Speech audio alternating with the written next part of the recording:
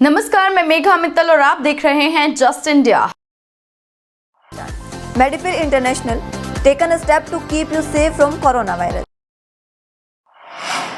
हरियाणा विधानसभा में गुरुवार को सार्वजनिक संपत्ति क्षति वसूली विधेयक पारित कर दिया गया। अब सार्वजनिक संपत्ति में तोड़फोड़ करने वालों से वसूली की जाएगी। इससे पहले बिल चर्चा के लिए पेश करते ही सदन में कांग्रेस ने हंगामा कर दिया। नाराज कांग्रेस दल ने वहां पहुंच गए और कांग्रेस विधायकों ने बिल वापस लेने के लिए नारेबाजी की।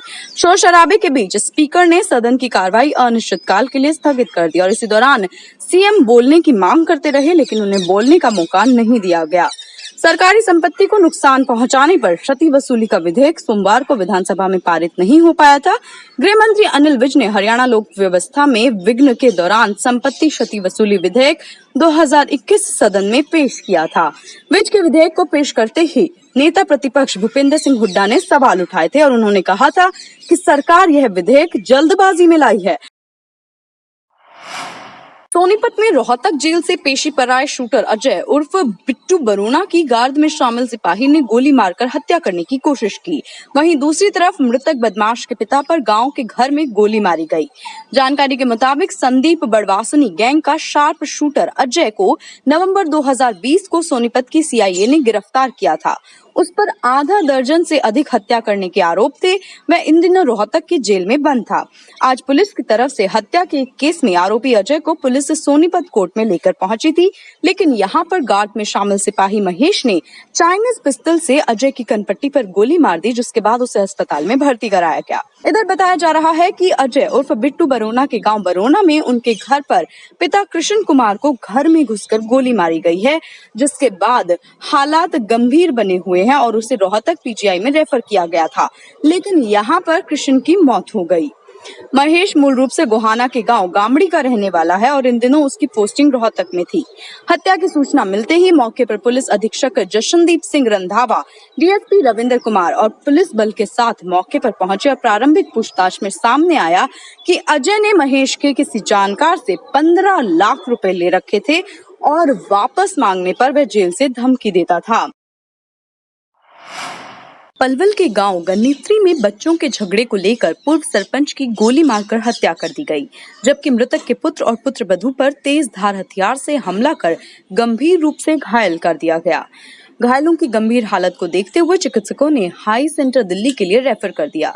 चांदहट थाना पुलिस ने मृतक के पुत्र की शिकायत पर 2 महिलाओं सहित 6 नामजद आरोपियों के खिलाफ मामला दर्ज कर जांच शुरू कर दी है। पलवल डीएसपी यशपाल खटाना ने बताया कि गांव गन्नीत्री निवासी ललित ने शिकायत दर्ज कराई है कि उसके 50 वर्षीय पिता केहर सिंह पूर्व सरपंच थे। 17 मार्च की शाम 7 बजे के करीब घर के बाहर शोर शराबा हो रहा था। बाहर आकर देखा तो गांव निवासी राजकुमार, तेज सिंह, जवाहर, विकास त्रिवेणी व ज्योति अपने हाथों में कुल्हाड़ी, फरसा और देसी कट्टा के लेस होकर पीड़ित के पिता केहर सिंह व भाई साहिल के साथ झगड़ा कर रहे थे।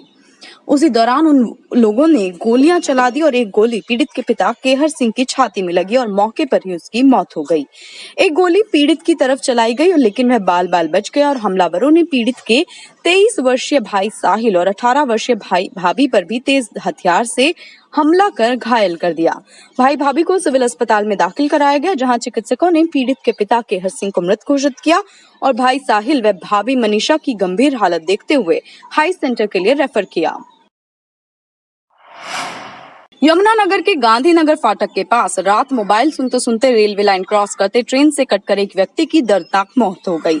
36 वर्षीय कमलदीप विष्णुनगर का रहने वाला था। वह बिजली बोर्ड यमुनानगर में कार्यरत था और कल रात वह किसी काम के चलते घर से बाहर निकला था और फोन सुनते सुनते गांधीनगर फाटक के जैसे ही रेलवे लाइनों को पार करने लगा, अम्बाला से सहारनपुर की तरफ जा रही ट्रेन की चपेट में आ गया और घटना के बाद पता चला कि कमलदीप फोन पर बात कर रहा था और उसे ट्रेन के आने का पता नहीं चला, जिससे ट्रेन की चपेट में आकर उसकी दर्दनाक मौत हो गई।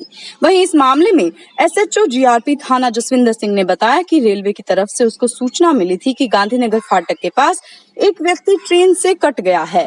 मृतक फोन पर बात करते करते लाइन क्रॉसिंग करने की कोशिश कर रहा था और ट्रेन आने का पता नहीं चला और हादसा हो गया। शव को कब्जे में लेकर पोस्टमार्टम करवाया जा रहा है। भालूट माइनर अटायल गांव नहर में एक अज्ञात युवती का शव बरामद किया गया है।